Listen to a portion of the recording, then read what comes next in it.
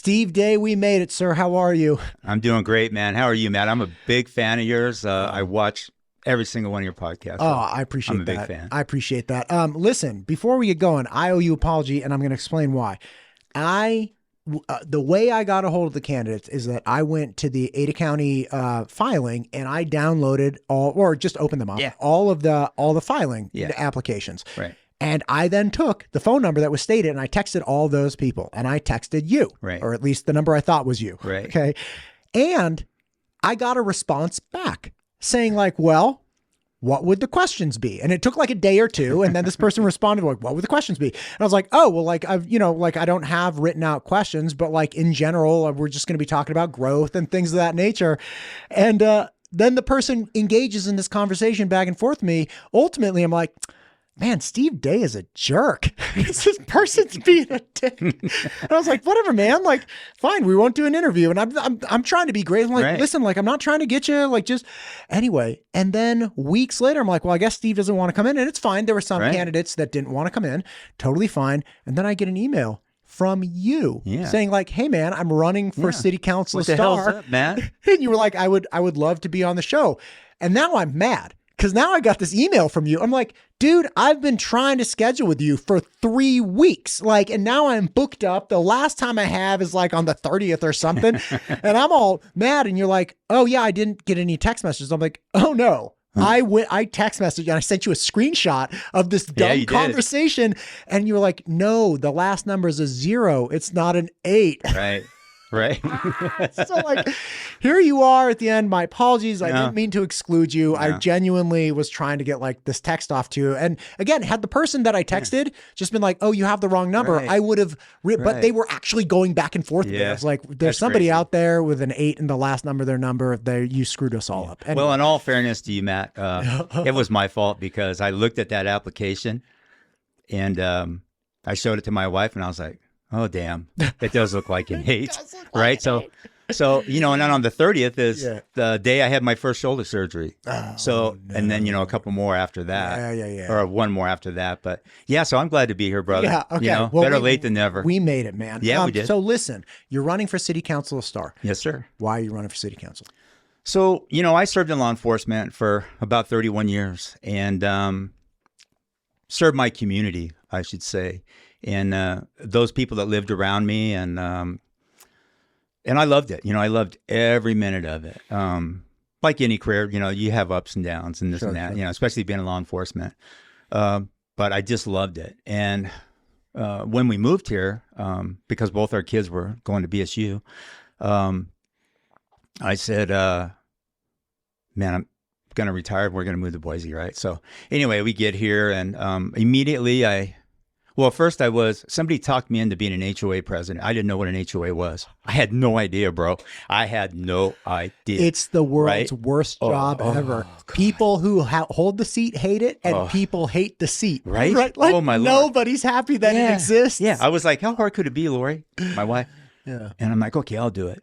And, you know, I did it to help out the neighbors because these people that get on these boards, these HOA boards, right? So I was like, I'm going to start doing stuff to benefit the neighborhood.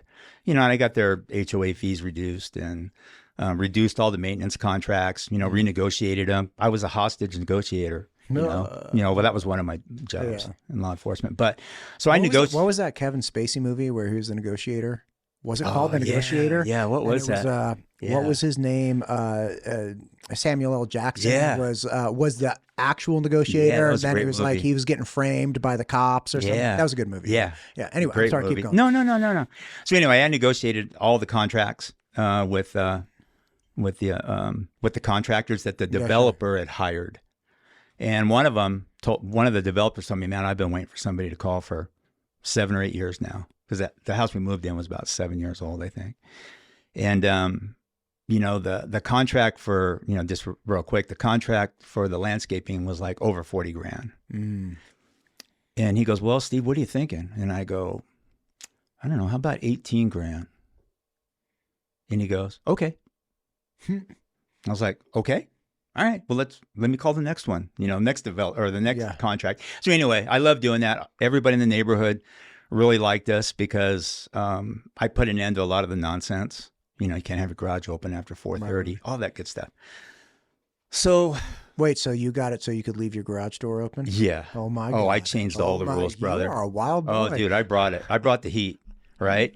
But so you know, the neighbors were sad to see us leave. But and then I went to work for at Boise State during the football games, doing security. Sure. Because they hired, you know, retired coppers, right, to work security. And plus I could watch my kids up in the student section. I could keep an eye on them up there, right? And so and I did that for a couple of years. And then I went to work for St. Luke's, working their security at the Boise campus.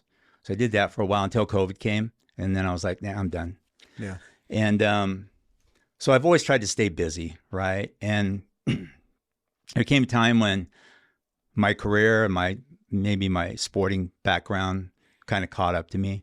And so I had a back surgery, a pretty extensive back surgery, shoulder surgery, had both my knees replaced same day. So that kind of set me back. It kind of took me out of the game, especially like the last 3 years with my knees, right? Because they haven't been healing. And I just miss being in the mix, right? And a few people came to me and said, hey, Steve, you know, what do you think about running for city council? We think you'd do great at it. Because I go on the Star community page every day. I don't know if you go on there. And I tell people, I post things if it's relevant to Star. Yeah. I just go on there and say, make it a great day every day. Look at you, Mr. Positive. Yeah, so that's me. Yeah. And I do that because during my career, I suffered a lot of loss. And partners being murdered, you know, shot, killed, whatever. And so tomorrow's promised to no one, right? So I've always said, make it a great day. You know, that's just me. And so when I started thinking about it, and I thought, you know, like all the other candidates, I love Star, right? Right. You know, I love everything about Idaho. I didn't move here to Idaho. I didn't bring my family to Idaho to change Idaho. We came to Idaho so we could change us, because we came from a state that will not be named. Right? There you do watch the show. Right? Right? It will not be named. Yeah. And I'm not going to give them any more credit. Yeah. They don't deserve it. But so anyway, and Idaho truly has changed us. We've been blessed. You know, my kids have been blessed. My wife and I have been blessed.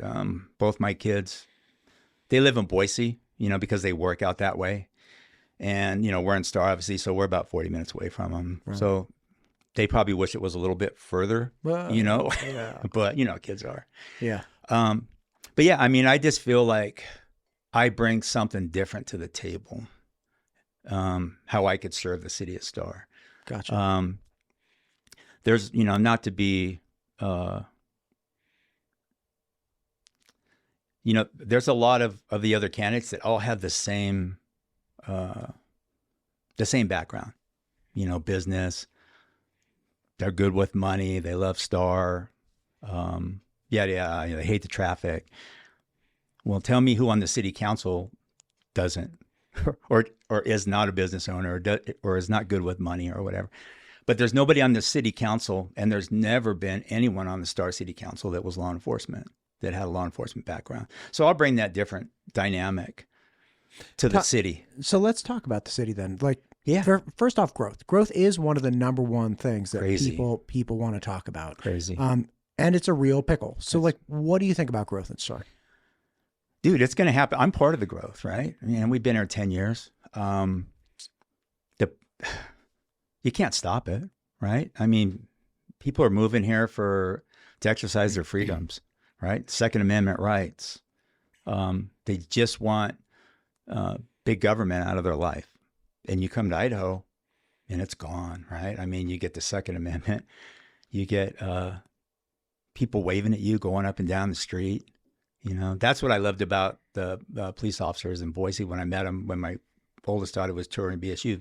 They gave me a big hug and a handshake and said, man, we wish you were working with us. And that's when I told my wife, I said, oh, we're moving here. We're moving here. Not to Boise, but somewhere.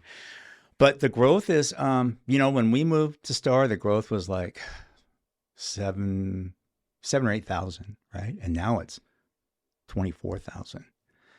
And what doesn't change is, and it can't, is the infrastructure before the growth, right? Because the growth pays for the infrastructure. So explain that to me, because this is one thing that somebody brought up from Caldwell that I thought was a really good point. So when you say the growth has to pay for the infrastructure, what do you mean? Yeah, so ITD and HHD, they survive on impact fees as well. So they need that money. They can't build the highways and whatever without impact fees. And like I didn't know that I thought they were just their own taxing district and got revenue that they then used for different projects. I didn't know that they were impact fee driven on the local level. Yeah, I think they do survive on some.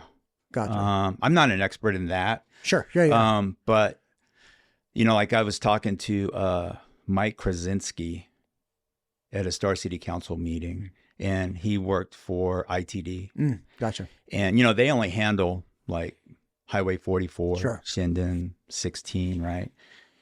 And I said, how come the roads aren't being built before the housing and whatnot? And he goes, because Idaho can't afford it, and they never have been able to afford to do infrastructure before growth. Right. And somebody, the one of the points that I think it was Councilman Chuck Stoddard from Caldwell. I can't remember exactly. Oh, I love that guy. Yeah, he was. Yeah, he was a different cut. I was like, I need Chuck in my life. Like, this is a problem solver. But I believe he was telling me that essentially to get an impact fee, you have to show an impact on an area.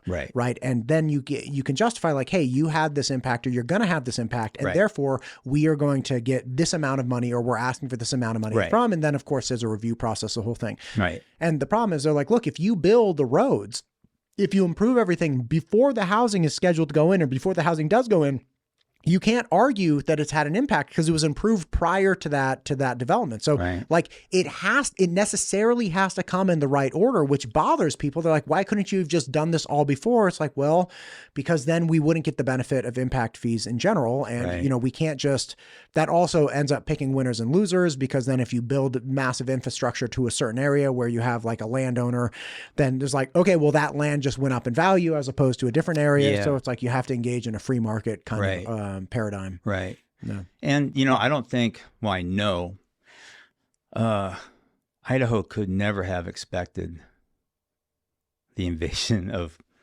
this massive growth that it's had over the past 10 years, I'll say, or maybe even less, like the last 5 or 6 years. Senator Jim Risch, he was in last December, and I asked him a question kind of about that. And he was like, look, because he was governor for about a year, I think in 2008. Yeah. And he said, look, we were the second, I think he said second fastest growing state in the nation in 2008. I was like, so if you think that this is new, people have been moving here for a long time. But you know what's interesting? Star has these growing pains that actually, even within the state of Idaho, are unique, because Star has been growing at almost 20%, for a substantial amount of time, right? And I think it was 2020, you guys were about 10,000, and now you're about 25,000. Yeah. So you've had this 140, 150% growth in a very, very short amount of time, right? Which has made, like fire district, right? Like it has made these unique problems where it's like, okay, is everyone in CUNA mad about House Bill 389? It's like, well, no, really. They're like, they've grown at like 1% ish, but Star is growing at 20% or 20% more, which has outpaced the capacity to keep up. I know the council's not, council can't affect the fire district, but like, do you think there's something that could be done? Do you think something should be done about that? Well, yeah, there should be something done about it. And in all fairness, to HB 389, when it was implemented in 2020, I don't think they thought it was going to blow up like it did, right? I mean, not like as much and as fast as it did.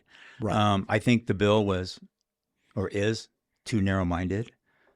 Any bill that, which I'd be totally against, any bill that would defund the police or EMS, any first responder, that kind of goes against my core values, right? I mean, it's just who I am at my core. but I don't think that they thought that the growth would outpace the needs. Yeah. Right. And it has. I mean, Star's had one fire station since, I don't know, the 1800s or something, right? Way back when, you know. And, you know, now we got all this growth. And I know there's a lot of folks that move here and they're like, you know, not my problem. Or they'll say to me, I don't like the traffic. I don't like how crowded it's gotten. And I go, well, you know who you need to look at, you know, for all this traffic? Look in the mirror, because you're part of it. I'm part of it. Everybody that's moved here over the last, like you said, 2008, you know, I didn't even go back that far. Right. We've all been part of it. And Idaho has accepted us. And the only people that I really hear complaining about a lot of things are the people that moved here for their life. God. Oh my gosh. Right? It's pretty, I get the hot blood now when people, because like, again, like the taxing districts, people don't understand that the Star Fire District is its own taxing district. Right. They don't understand. And you know what's interesting? Because 389 changed a lot of things, I've realized that a lot of native Idahoans don't understand the nuances of 389 and why in certain areas you have problems like you have in Star. Tax cap.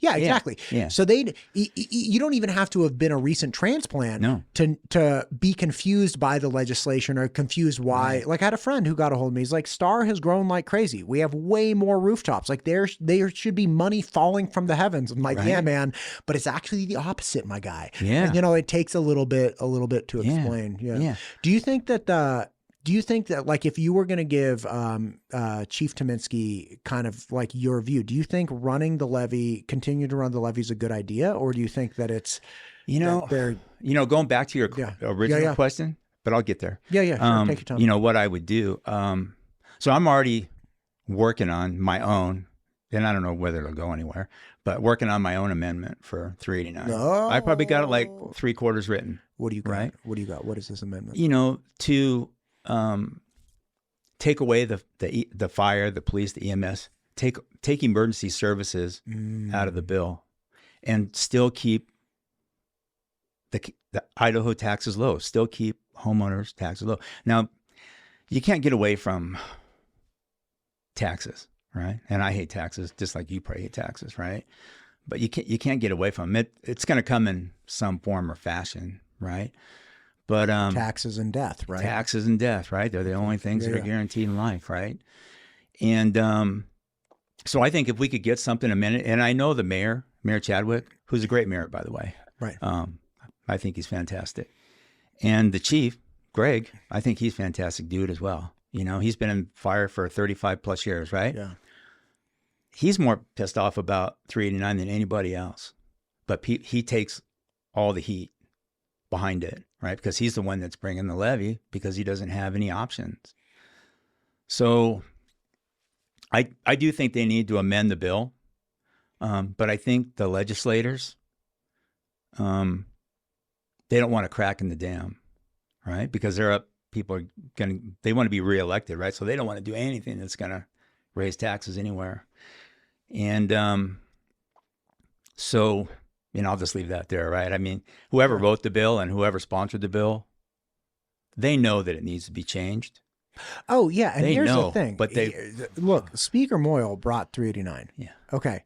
He didn't pass 389. Right. The legislative body passed 389. Yes. And he didn't sign it into law. Right. The governor signed it. So like whatever responsibility we want to lobby on Speaker Moyle, and that's totally fine. However people want. Yeah. Like, yeah, somebody might have had an idea, but if everybody in the room's like, you know what?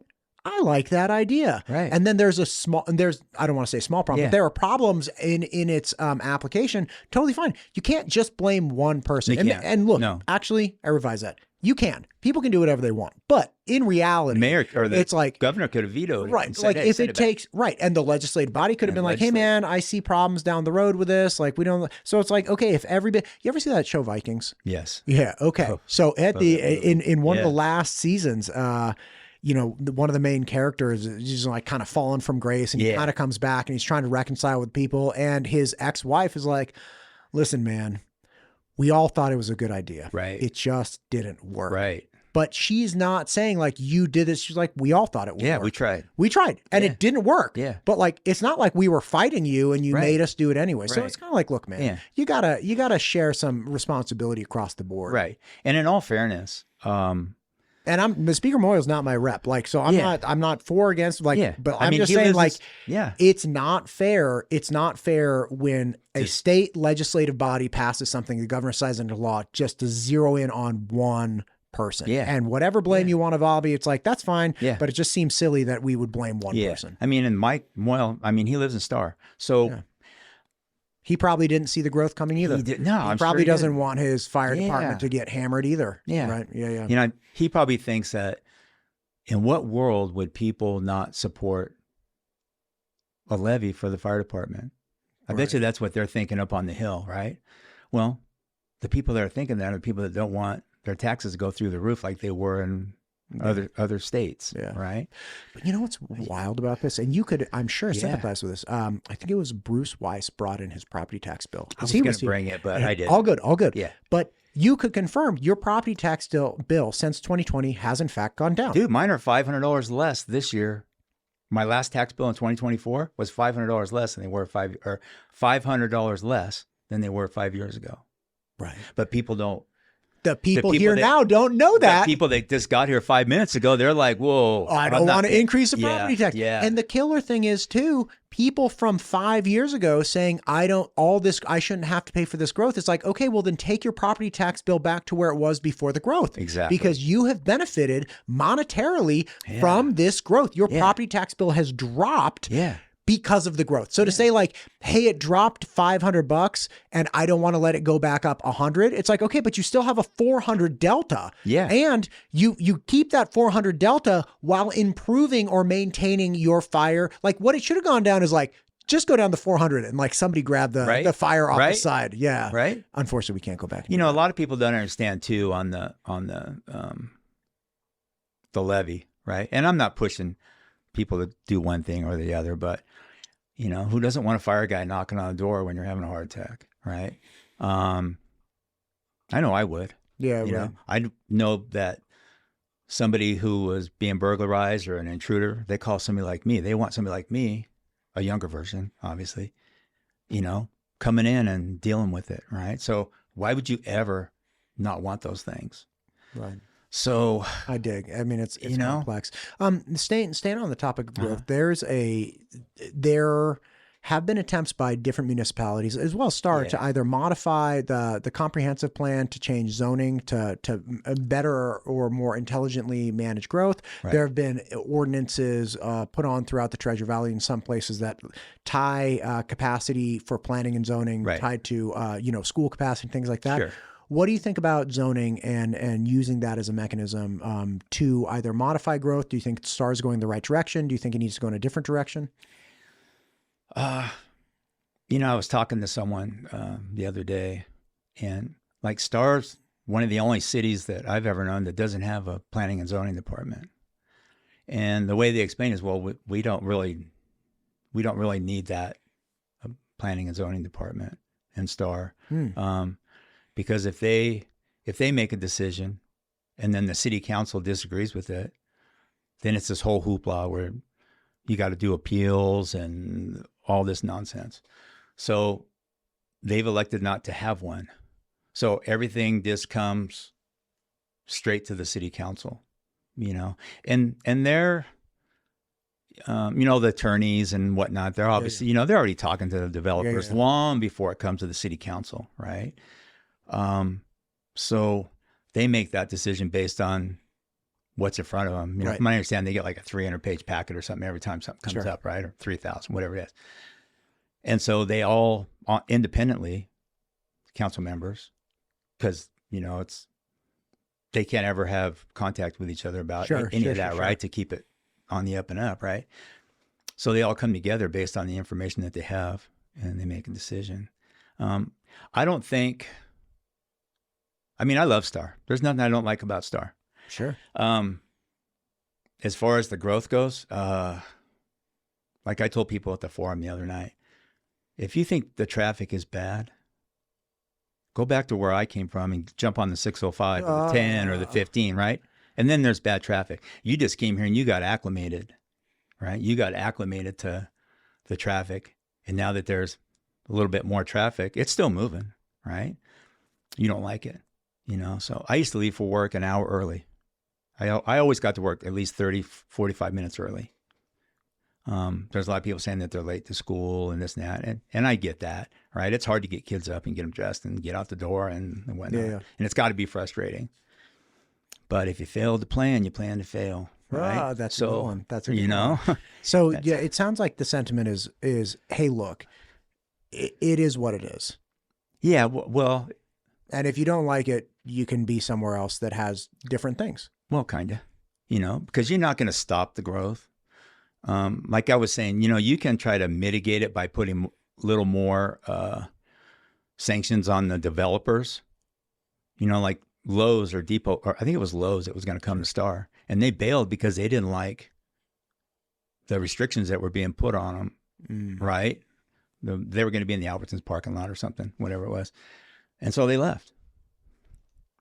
See ya, right? Even though that would bring a lot of money to Star, you know, in the form of jobs, you know, but it's going to bring a lot of traffic too, you know. And if these developers don't want to adhere to what the architectural overlay is, yeah, dude, you got to bounce, right? Because we want something we want to be consistent, right? We want the town to have a feeling.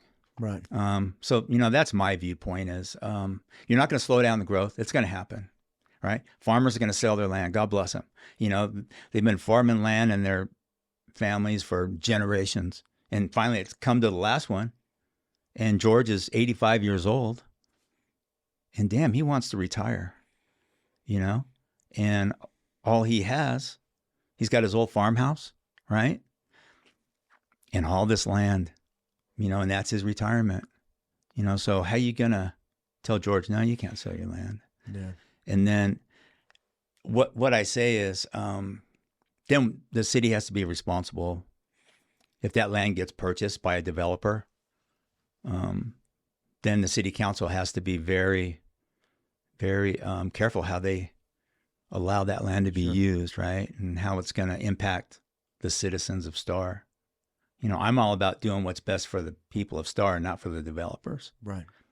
That's what it's all about for me, you know. You know, I'm not endorsed by any developers, not endorsed by any of those big people. So I'm not beholden to them to make decisions that'll benefit the developer. I'm going to do what's best for Star, you know. I do think that I'm probably getting away from. No, it's fine. The architectural overlay as far as how we're supposed to look. Like, you know, Toontown, right? Yeah. Everybody loves Toontown. If you say Or Toontown. what is that, like high mountain design with like the wood? Mountain the wood, modern. Yeah, the wood and the metal, you know, the roofing and things like that. Yeah. I'm like, with the wood and the metal, I sound like a complete monkey. Right. Like, God damn. Yeah. I'm sorry. I'm not an architect. Right? Me neither, right? And I don't claim to be. Yeah. But I like that country feel. Yeah. I really love that country feel. And like Toontown. I fell in love as soon as Toontown and the Merc and Star Cafe. I was like, oh my God, right? There's horses tied up outside the Merc. There's horses tied up outside Star Cafe. You know, there's kids riding their horses up and down 44, right? Not anymore. Let me ask you about this. I recently found out that Middleton has been for like decades considering a bypass, right? Essentially, so Eagle, Nancy Merrill pointed this out to me about Eagle. And again, she was, you know, involved decades ago, but she was essentially like, look, Old State used to just be state. Right. And like you would drive past, you know, Rembrandt's, whether it was Rembrandt's or not, or you drive past like the pharmacy, you know, back when it was a pharmacy, back in the day. She's like, and we inserted the bypass so that traffic could keep going, and then our downtown could develop as a downtown that wasn't this main thoroughfare. Right. And it turns out that Middleton has been like wrestling around with this idea too. I was like, I had no idea. Now what's between Eagle and Middleton? Star. And so I was like, oh my gosh, like, is this something that Star is engaging too? Like, do you know, like, And again, this is something that I just found out about like Sure. a week or so ago. So like, is that something that you know anything about or are interested in looking at? Because you have that same problem in Star. Yeah. And I heard from Chief Hessing about a year ago. He's like, look, man, we're trying to crack down on speeders because people are coming through Star and they're moving fast and they don't really want to be slowing down. And like, yeah, don't speed because we're going to pull you over. So they're trying to engage in robust enforcement, but it's like people just are itching to get going. Yeah. Chief Hessing, his boys did a great job, right? Yeah. And, now we got a new chief, Tim Haynes, who's a great guy, But yeah, that little change in Eagle, that old State Street, that was a game changer, right? For those people to, get off of Highway 44 and go into Eagle or whatever. I talked to, like I say, I talked to that Mike Krasinski, and I'm probably butchering his last name, but he works for ITD. Yeah. I think he works out of City Hall. But I talked to him. Well, first off, like 70% of the traffic that comes through Star goes to Canyon County. That's crazy, right? So, and I think that's why a lot of the people at Star are like, God, we don't have 70,000 people living here. Why do we got all this traffic? Yeah, you know? Well, Star's an anomaly, right? I mean, it's like you said, it's an island on its own. It's just like right in the middle. And if you want to get from point A to point B, you got to go through Star, or get on the freeway 84 and go all the way around till you get into Middleton. But they don't want to do that, right? They just want to, because their house is kind of right there, like just on the other side of Star. So the quickest route is either come up Star Road and go west on 44. So I talked to Mike with ITD, and I said, hey, what are you doing on the Middleton side to alleviate? And he goes, well, it's in our 5 to 10 year plan. So nothing yet? No, nothing yet. Okay. What are you going to do about all the trucks and like we're not supposed to have trucks coming through Star that have Jake brakes, right? But there's thousands of them, right? Because of all the building in Star and Middleton or whatever. This is the point in the show where I pretend like I know what a Jake brake is. Okay, so it's when you those big diesel trucks come down there and you hear this brrrr, they hit that low gear, the granny gear, right? Okay. So they come through Star and you hear them, they're going so fast, they're hitting the Jake brakes. They're slowing down, right? I mean, these guys are going through intersections like red lights, right? Because they can't stop the truck full of gravel and they're going too fast. Right. And they got 2 trailers behind them. Yeah. So Zach and, the pop team and, and Star, they've been writing tickets for those guys, the truck drivers, because they're not even supposed to be coming through our town. How are they supposed to transport east to west? I don't know if they expect them to go all the way south and cut over or take the freeway around and come in the back. I don't know. Right. That's interesting. Yeah. So I don't know if those big trucks that don't have that Jake brake. So it's a conundrum, right? Yeah. So I asked him. Middleton's not doing anything for 5 or 10. Yeah. Well, that's what he told me. That's what he told me. I'd like to see something like Midland or Middleton Road shooting across. But I think they waited too long. With property value's too high now. Yeah, and the growth and everything that's going on out there. So I think that would be a massive undertaking. But I want to say that the Chiefs boys, they write tickets to the diesel trucks, the big rigs with the Jake brake. And so I asked Mike, who's sitting right next to the chief in this meeting, and he says. So I hit him up about it. He says, keep on writing the tickets because they're going to just keep on coming. And I thought, what a jerk, man. And the Chief's just sitting there like, this is what I'm up against. Yeah. Our boys can write tickets all day long, but ITD doesn't care.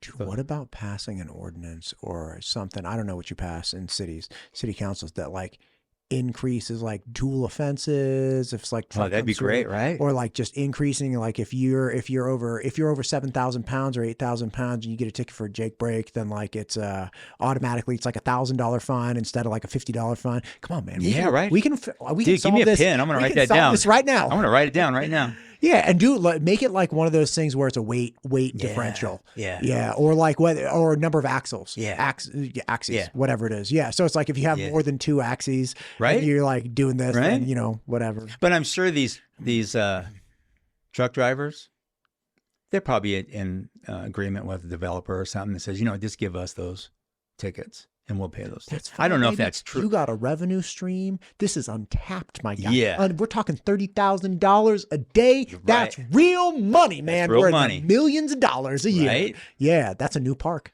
Yep, that's a new park. It's a new park. That's a new park, and it's less traffic. Right? So you're safer with better parks. Yeah, you're safer with better parks. Right? That's ridiculous. I know.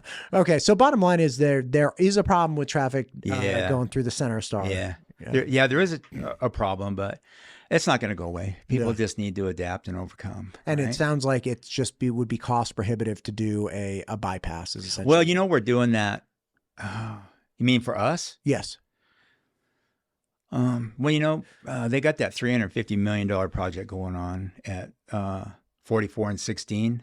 Yes. It's the big loop-de-loops, and that's going to keep traffic moving on. Because right now, the people that have to get on 44 in the morning, like that work in Boise, I feel so bad for them, right? Because there's a line going from Highway 16 and 44, probably into Middleton, right? I mean, it's just a long, all you see is just the Christmas lights in the morning in a car. And I feel so bad. Yeah. So when that interchange gets done, I think it's going to really keep the traffic moving, because people coming down the 16 will be able to loop around and go on to State Street, and then people on State Street will go under it, and the people coming off the 16 will loop-de-loop around and come down State Street going west. Yeah. So, and that's instead of having all the stoplights, right? Like that's the idea. Yeah, right there. Yeah, it'll just keep it moving. Now that's really not going to, I mean, the traffic's still going to bottleneck somewhere, you know. You down at 44 and Eagle or something. Yeah, there, or Star Road. I mean, it's gonna back up somewhere. Yeah. But they're doing their best, you know. But are they really? I don't know. Really? I should say that. They're doing a job. Right. They're not doing the best job. Right. I mean, yeah. I need to I'm sure they're doing fine. Yeah. I'm actually trying to get Alexis Pickering from ACHD in, and then I need to obviously connect with the gentleman who's the director of ITD. I have him kind of in the queue to get him to understand a little bit more about this in the Treasure Valley. Yeah, that Mike was a nice guy, but he's a realist. Yeah, right. He's saying, hey, he can write all the tickets you want, but those guys still got to keep coming because they got to get transportation. We got to get it done. Yeah. We got to build these houses, right? We just can't stop. Yeah. We just can't stop. So. Talk to me about economic growth in Star, right? Because obviously you have, on one extreme, you have Middleton, where you have, and again, people have told me that the 75-25 split between revenue coming from residential property tax and then commercial property tax, that's where the sweet spot is, like 70-30. 70-30. Yeah, 70-30. Middleton is like 96.4 or something like that. Star used to be higher in that range, but they've kicked it down into like the 80, like 5-15 or something in that range. What more can be done? What's being done that's good? What's being done that can be improved on? I say that we have to be careful in Star, because not to insult another city or whatever, but we don't want like State Street 44 to start looking like Fairview or Glenwood going through Garden City. There's just a lot of different things, and Garden City is a great city. Don't get me wrong, they really are. But people don't want, we need businesses, right? To bring in revenue, to create jobs. People are going to spend money in Star if they work at a local business. So we need to have that mixture of business and housing growth, right? But I don't want Star Road to be like Fast Food Row or State Street. Sure. There are some like there's a Taco Bell coming in right now. Yeah. So whatever you think about that is, who doesn't like a taco, I guess. I like a real taco. I don't really like that kind of taco. I like a real taco. Who doesn't right? like a taco? Right. But so like you don't really care that much, big box store, chain store. Well, I do. I want there to be like the big chains need to be further out west. Gotcha. That's where I'd like to see those, or maybe out on the arterials, out on 16 or out on Shinden, where they. Ernest Woods is calling you. Here, that's you. Oh, right. No, he's a great guy. Sociable guy, man. He's a great guy. I love Ernest. Yeah. So Taco Bell on 16. So yeah, I like to see like more commercial or like if they're going to do apartments or condos or whatever they're going to do, I'd rather have them on the outer arterials than, if you built a $2 million home somewhere, you don't want Taco Bell right next to you, right? And you don't want an apartment complex right next to you either, right? So what do we do? Talk to me about apartments, because this is, I mean, again, we're growing. Everyone is growing. Everybody needs a place to live, right? Right. And I have no problem with home ownership. People are like, hey, homeowners, they take better care of the property, they care more for the city, they contribute more. Like, totally fine, great. I don't know many 18-year-olds who can move out of their house and just buy a house right away. Yeah. Now, like, you might say, hey, man, 30 years ago in Idaho, you could move out at 18 and buy. That's fine, man. But like, we're dealing with today's problems, right? Today's situation. So like, what do you think about apartments? Yeah. So on that, like kid-wise, like my oldest daughter, she was able to buy a home. She lives out there by... She lives out there off Gowan Road, Columbia Village, out there by Micron and all that. Sure. She was able to buy an older home when the interest rates were low, right? She still paid a lot of money because houses in Boise are expensive, right? But, my youngest daughter, she got there too late, right? The interest rates went through the roof. So she has a nice apartment, right? And over there behind the bricks, you know where that is? No. On State Street, and I don't know if it's Garden City or whatnot. But anyway, gotcha. Really nice apartments. So she lives in a nice apartment, right? And waiting to buy a house. I wish she could buy a house in Star. They're just not affordable right now, right? So we need to build houses. Well, as far as apartments go, I think they should be on the outer arterials as well. Sure. Like. We have one that's already on 44 and 16. Yeah. Big, giant apartment complex. I'd rather have it there than in the middle of town. And we have another one off Plummer right across from the Moyles property, Plummer and 44. It's nice. It's set back in there. It looks good, right? It doesn't, it's right behind Toontown. And so, it looks great in there. I have no problems with that. I have no problems with apartments as long as they're placed appropriately. Sure. Right. And everybody needs a place to live. And like you said, kids, coming out of college, whatever, they can't afford to buy a house. Right. So I have a buddy who's very unfortunately going through a divorce, and he's got to find an apartment to live in. That's where he'll be. He doesn't have the money to just go buy another home, and he wants to be close to his kids. God bless him. So it's this real problem. He's like, okay, but where do I go now? Right. It's like So God bless him, because that's a tough. You could go from having everything to having nothing real quick. Right. So. Yeah. It happens. It happens. And then, people will look at, you live in that apartment over there, you must be kind of shady, only bad people live in apartments. Well, that's BS, right? Who was born owning their own home the way through? Right. It's like, I came out and they're like, here are the keys and you're on the deed. Dude, my first place was an apartment, before I got married. And then I bought a condo, and then, before I got married, and so everybody's got to start somewhere. Yeah. There were some houses that were right in the heart of Star, that were going for like the 300s, 350 or something like that. Those were great. They were little houses, and they're right on top of each other. But so what? They're $300,000, right? What do you expect? An acre and a half, for $300,000?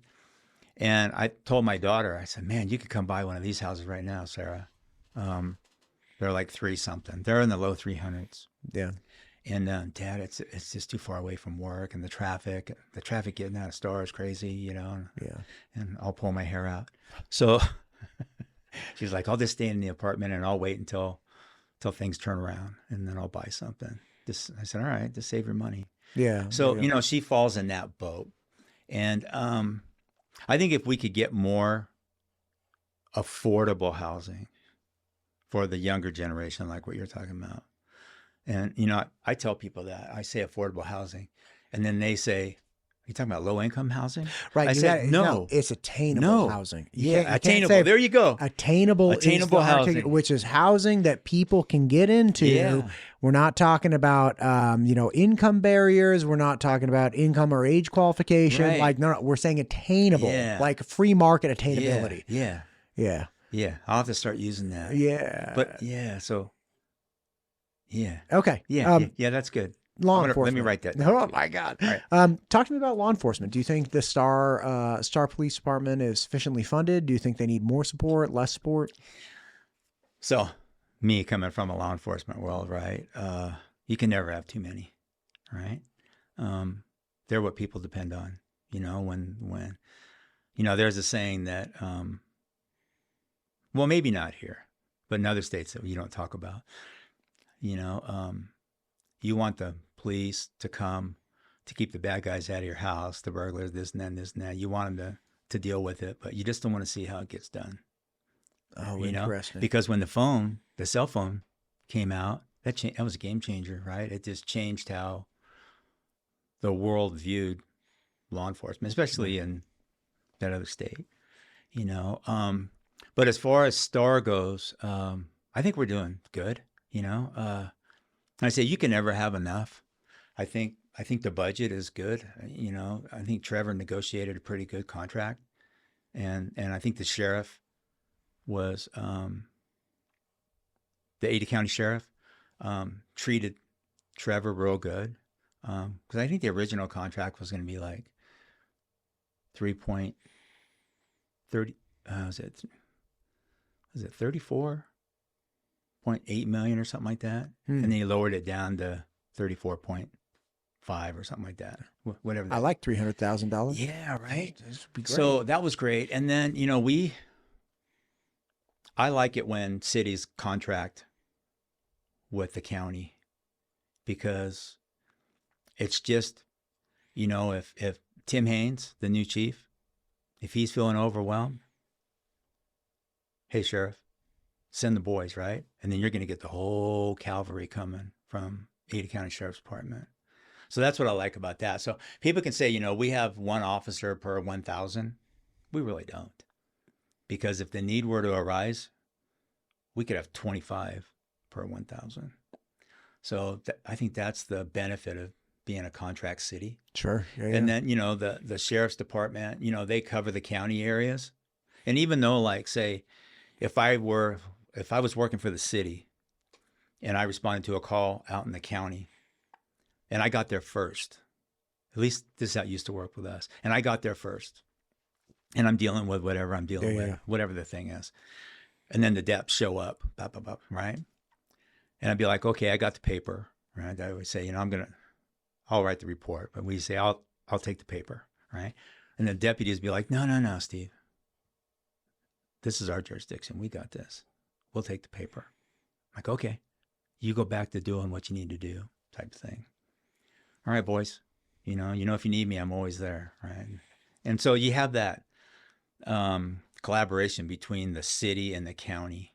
Yeah. So I think Star is really blessed with the contract with Ada County Sheriff's Department.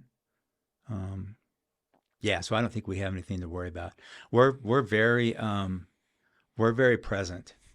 Star Police are very present, and some of the DEPs, some of the Ada County DEPs, they're all over the place, right? You see them. You see the motors. I see more motors now than I've ever seen, right? And some of the Star officers, watching for speeders, and you got your pop team dealing with the trucks coming through and things like that. So I think we're in really good hands. People can feel safe in Star with how the police department's being ran. Yeah, so I really appreciate that. Talk to me about the culture of Star, right? Like, obviously it's a great place to live. Yeah. You have ag based that's, slowly or not so slowly, kind of starting to lose prominence in the community just because, more houses are replacing more ag land. But, again, how do you maintain the culture and keep the positive vibes within the community going forward? Dude, that depends on, that's up to everybody. Right. And Star. Right. Right. I greet people every day on Facebook. Every single day I greet them on Facebook. I think I should start doing that. That sounds like fun practice. Yeah, dude. My goal every day is to make somebody smile, to make somebody feel good about themselves. Maybe somebody's having a bad day and I'll say something that cheers them up, Now maybe there's somebody who's out there that's pissed off at me because I made somebody else happy, I don't know. But the overwhelming response to me is that, hey, we love that you come on here every day. Thank you for making me smile. I was having a bad day and you turned it around. Every day there's somebody telling me that. And I've noticed that over the years, others on the same page have kind of started doing what I do, which is great, right? Hey, make it a great day. Have a great day. So I want it to spread like wildfire. I always have. And so, even though we've got 24,000 people and not 8 when we first moved here, people are still fantastic. People still wave. People still shake hands. People still say hi. We have all those gatherings at the Freedom Park, where a lot of events are held. We got the big lake out there where kids paddleboard and swim, and concerts in the park and all that. You've probably heard about concerts in the park, right? Yeah. Trevor's done really great on that, and the Southwest Business Alliance, they've done a really good job on that. Bringing people together as a community, because you go to the concerts in the park and there's probably 500 plus people there, all having a good time, dancing and drinking. I don't drink. But I can cut a rug if I need to, right? I can cut a rug if I need to. I can't. I haven't broken out that tool out of the box yet, but you'll see. I kind of dance like Ellen on Seinfeld. Get out of the way because I'm doing it. Are we dancing? Oh, we're right? Yeah, that's me, right? We're all over the place. People like, oh, we didn't know you hired somebody to come in and entertain us. Oh my gosh, with her kick. Right?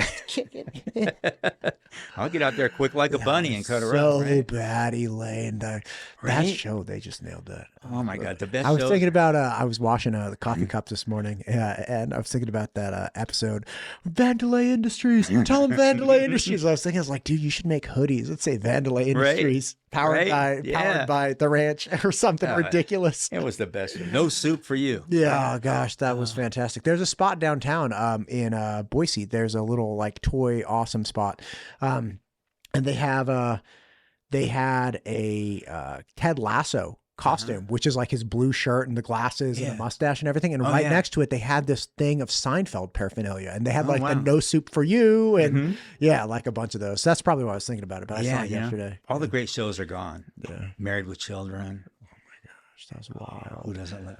All in the Family. Yeah. That wouldn't go over very well today. But, yeah, there are a lot of shows you couldn't do today. You couldn't do today, but they should do Real Housewives of Star. Oh my God. That would be hilarious. Or have Real Housewives of Star and then have New Housewives of Star and have them it should be a reality game show where it's like you have the New Housewives versus the Real Housewives, and they're doing some kind of or something. Like some kind of competition where it's like you got to shoe a horse and then you also have to do mascara while you're driving in traffic and see who wins. Right? Yeah. Both parties are going to lose eyes. Yeah. Yeah. You got to ride a bareback horse around town. Yeah. Right. Or you have to drive it 75 dodging traffic in a 25. Like different skill sets, different different communities. Different people can do different things. Hey, I'm down for that. You're coming up with a lot of good ideas, dude. I'm highly caffeinated. That's my jam. Listen, I hate to cut you short. We're kind of coming up on time. Is there anything you'd really like to hammer here, kind of at the end? No. People just need to be patient with what's going on in Star. There's always there's always going to be a little pain in the beginning, but when it's over, it's like things will be smooth, you know? Do you think it's going to be over for Star? No, I don't think it's going to be over Like- soon. You know, I think it's going to be over in like 50-26. You and me, you know what I mean? Like we'll be long gone, right? Like Star will be floating through space on like a dude, space station. Dude, It's like monorails, everything. the whole thing. Yeah, Disneyland. Beam me up, Scotty. Yeah, exactly. Yeah. You know, I would like to say,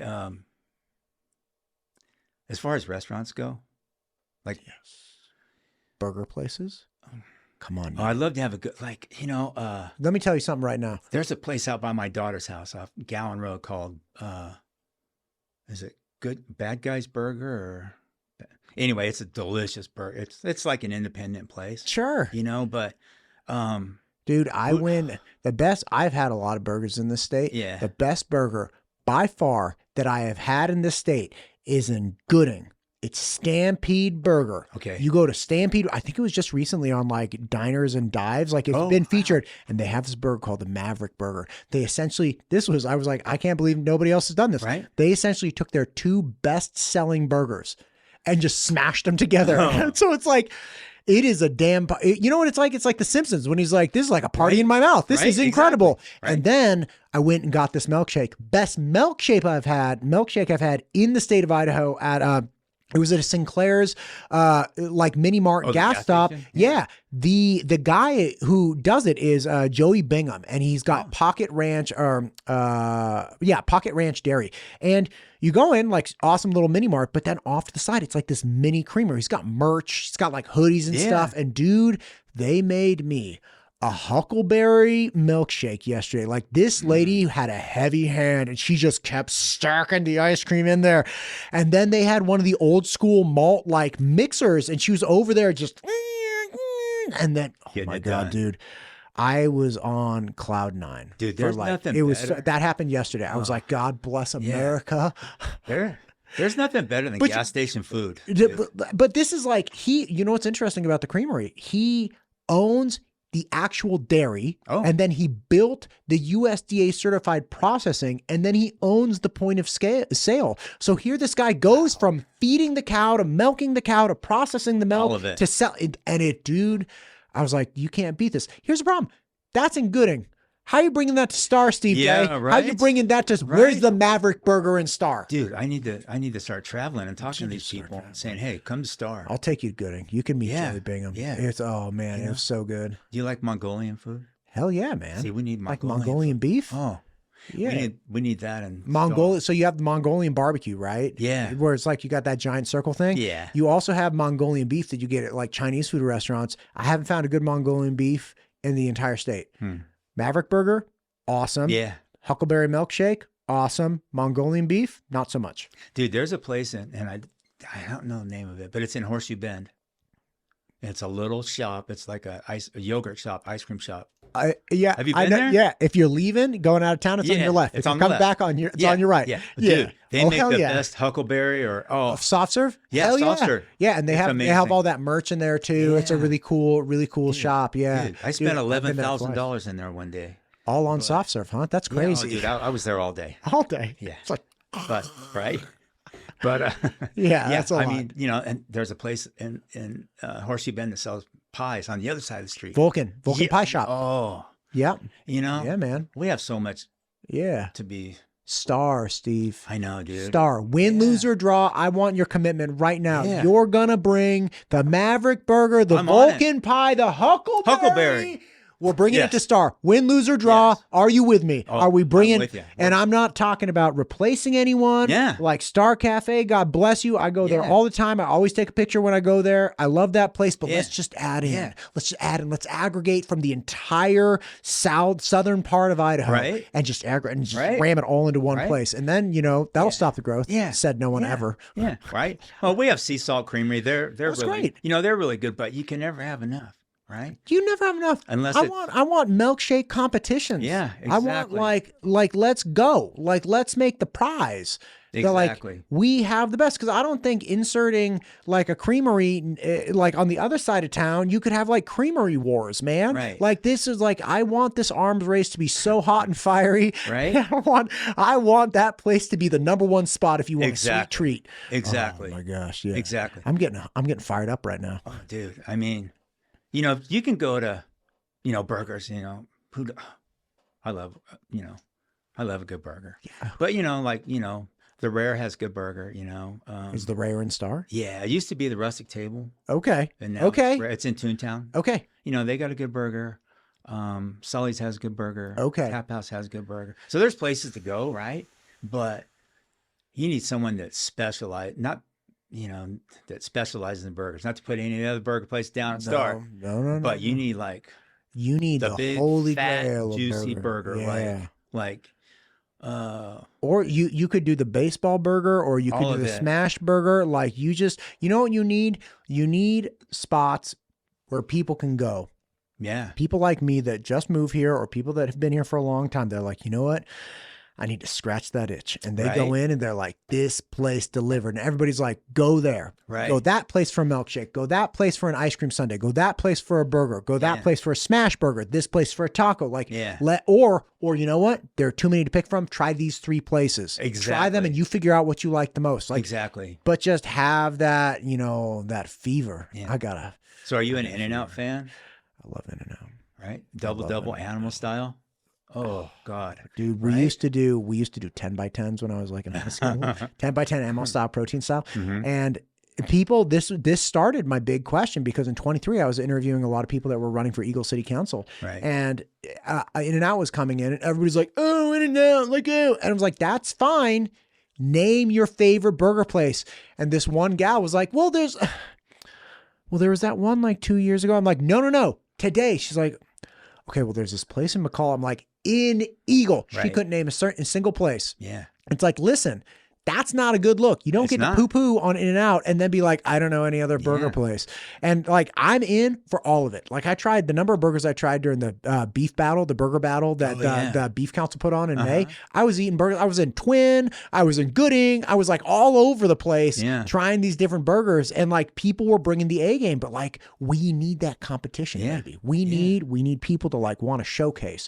And then I had some burgers that were not good burgers. Oh yeah. They were like Costco beef patties. Yeah. And I was like, not, by the way, none of the mom and pop places, they hand packed their own burgers. They had just the right amount of fat. They had the specialty sauce, but then there were some like places downtown that were like, you're just going to have a burger. Like we got to have a burger on the menu. I was like, man, you did not show up. Yeah. I mean, I don't think I'd want an In-N-Out burger and Star, because the traffic it would create. You'd be in line for weeks, right? You'd be in line for weeks to try to get a burger, right? It's like, I got to go to work on Monday. Can I get this burger? Please give me this burger. I stood in line in Meridian. It was 30 degrees outside. I stood in line for 2 hours. See? Because I got, honestly, and this is like ridiculous, but I got nervous. I was like, what if I'm in the car for 4 hours, nice and hot, but I got to go to the bathroom. Right. So I got really nervous. I was like, I'll do the wait outside in the cold just in case I got to go pee. Yeah. Because I don't want to like, freak out in my car. Right. As like being that, it's like one of the rings of hell. You're waiting in and out lines. Yeah. I love the burger, but the fries, you got to eat them right now. You got to eat them now. Because if you take them home, it's too late. You could stab somebody with one of those fries. That's true. Because they get hard, right? Yeah. One of my sons lost an eye. Yeah, right? They get in a fight throwing like a 2-hour-old In-N-Out fry. It's deadly. I've been hitting the eye. I've been hitting the eye with a Nerf dart before, and I've been hitting the eye with a French fry from In-N-Out that waited too long, and I will take the Nerf dart. Right? I stopped. I was a while back. I had to go back to that state to visit my mom because she wasn't doing well, and I went through an In-N-Out burger, and got the burger. Got the animal style fries, animal style fries, right? They got the cheese all over the top. And by the time I got into my hotel room, I needed a hacksaw to get through the cheese. Yeah. Yep, you got to eat in the It's car. like, Now you you're gotta gonna eat. crash. This could be another thing. Real versus new housewives of Star. Yeah. Can you eat animal fries driving with your knee before they freeze? And it's like Right? only somebody who's experienced the concrete that they pour on top understands the urgency. Yeah. Other people are like, I'll just let them set. It's fine. Like Right. it'll be great. Yeah. Nope. No. You better throw that bad No. boy away. You're gonna have No. a bowling ball next month. Right? Like, Exactly. that's all it is. Yeah. Exactly. Hey, one more thing. Yeah, hit me. One more Steve. thing. Come on now. My God, we've gone far afoot. Hit me. Okay. I just want to say on the developers and like small businesses, Yeah. right? The mom and pop shop. Sure. So I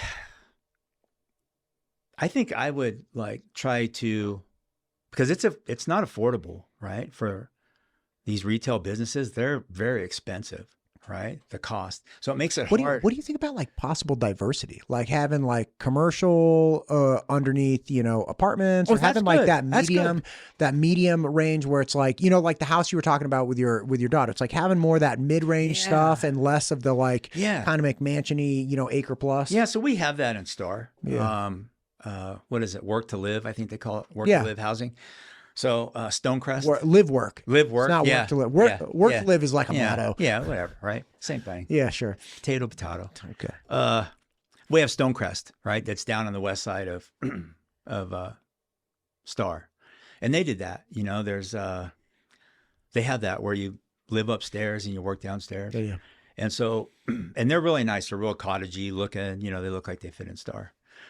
So I like that. I hadn't seen it before until I went over there just a while ago, and I was like, this is kind of cool because he's like I went over to Star Diamonds that used to be right in the middle of town, in the oldest part of town, in a building that's probably 100 years old, right? Yeah.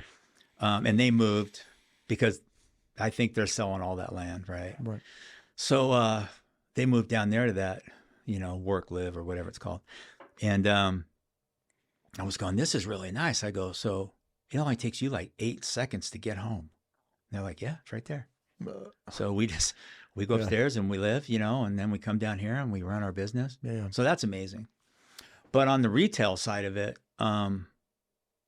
for the mom and pops to get in, I would like to see if there was an ordinance or you could make out or, have an agreement with a developer that says for the first year, the rent's only going to be X amount of dollars.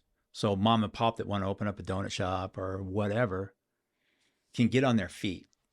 These developers are making a lot of money, So why couldn't they say, you know what, we're not going to charge you $5,000 a month For the first year. for the first year. We're going to charge you $2,500, whatever that number is. Yeah. And I don't know how you'd get that done. You'd have to have some type of Like rent control. rent Commercial control, kind of like that, make it, but I don't like the quid pro quo, like, oh, you give me some, I got to give you some.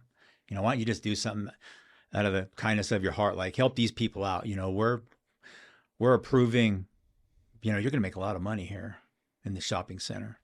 Why can't you, even if it's just like half the shops, right?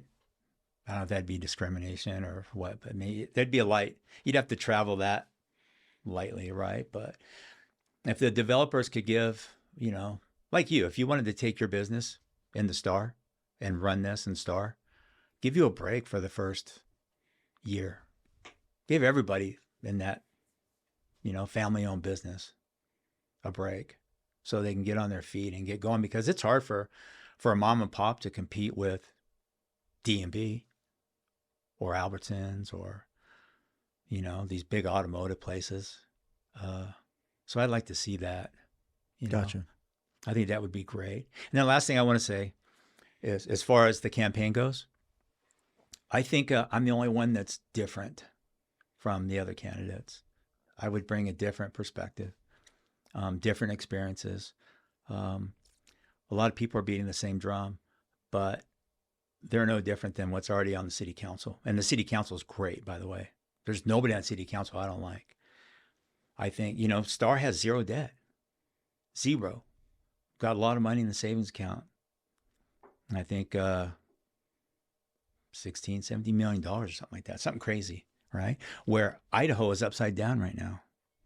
It wasn't in July, but it is now. So I think Trevor's done a great job of managing this city, right? growth and all. Yeah, yeah. You know, I tell people there's nothing to complain about. You know, like I say, I like to use that word, you know, you got acclimated, Yeah. you know, instead of being mad, why don't you just be grateful that you're here, you know, because you're saving. I always tell people, you know, if you don't want your taxes to go up to levy, this and that, and this and that. My property taxes were $8,000 in that other state. Come here and they're under $2,000. What am I complaining about? My water bill was $500. Here it's like $70. Dude, I know. The water, the utilities. Right? Everything's your electric bill. Yeah, all of it. Dude, I kept my house at like 80 degrees. Yeah. And the only thing that saved us is that we'd open the windows at night. Yeah. And now it's like, you just keep the house at 72. Yeah, right? It's wild. Right? It's amazing. Yeah. It's So amazing, just be thankful for what you have. Right. You know, like I always tell people, why is the windshield bigger than the rearview mirror? Because where you're going is more important than where you've been, right? Everything you see in the rearview mirror is behind you. All those wrecks are behind you. You need to let that go. You know, don't be saying, I don't want this to happen because this is what happened over there. You know, you live in the greatest state in the country, greatest city in the world is what I tell people. I love Star. I love everything about it. And I'm not a politician, right? I'm far from a politician. I have no problem standing up and telling people no, you know? Man, you know, I don't know that I've heard anybody else articulate it quite like that. And there is that sentiment. Like people, I was talking to a friend just yesterday, and he was at, you know, some barbecue with somebody, and there was a couple that had recently moved here, and, you know, they're a little bit older, and all the husband could talk about was like, well, what do you think about Newsom? And blah, blah, blah. And the guy's like, dude, you're gone now. You're gone. Like, what are you doing?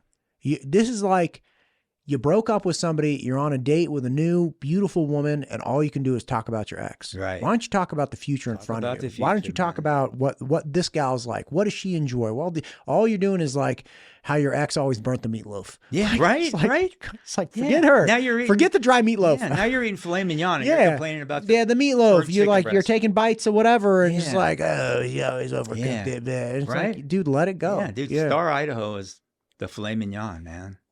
Medium rare. Medium rare. You know, with a nice potato and, you know. Dude, I'm hungry. So what is there to complain about? All right. Yeah. So, you know, I don't have any complaints. You know, I think I'm the only candidate that probably told Trevor in person that, you know, Trev, you know, if I run for city council, I'm not going to be your rubber stamp, right? He goes, oh, I know, Steve. I said, and I'm not always going to agree with the other city council members. He goes, I know. And I said, and maybe I will agree with them. I have no problem saying no. I have no problem saying yes. But you need to understand that. And he was like, well, you know, if you were to win, you'd be the first guy, like I said, that would have a law enforcement background on the city council. He goes, and you'd be a great liaison with the police department. I'm like, I would gladly do that, you know. They need all the support they can get, right? Yeah. A voice, you know.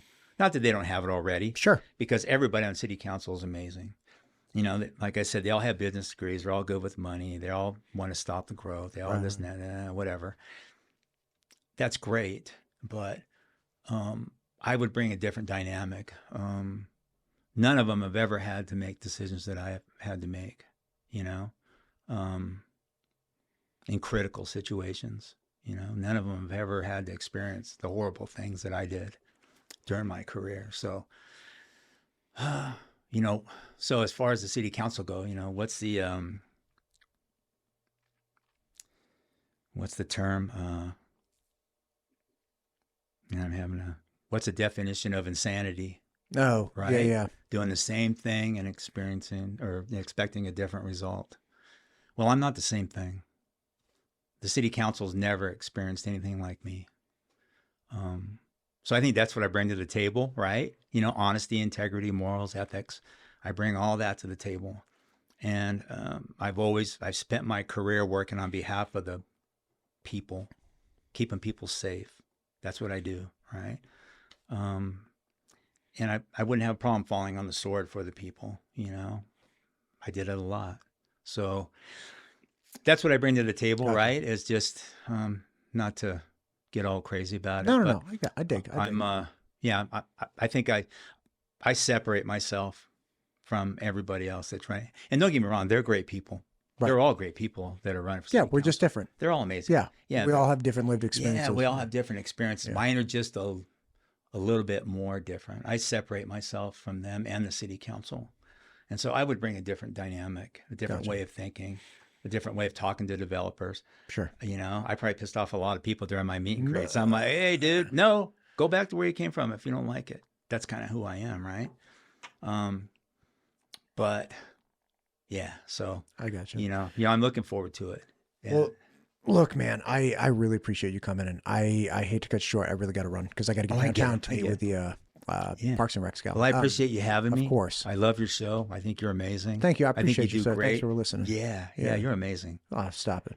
Yeah, you are. Stop it. You're amazing. I want to take you out for a burger. Dude, let's get let's go. burgers. Win, lose, or draw. You're promising me you're gonna help me. No. I don't even want you. I just want help getting better burgers and milkshakes. We need Stampede Burger and I'm Farm. on. Oh, Stampede. Okay. I'm or, on it. Or let's get the secret sauce from the Maverick River and get that over here. And get the wild huckleberry ice cream from Joey Bingham. I'm all over it. I'm making phone calls today. I'm making phone calls today. All right. They don't know what they're going to deal with. Oh my God. I love it. Thanks for coming in, sir. Good luck with your campaign. All right, brother. Take care.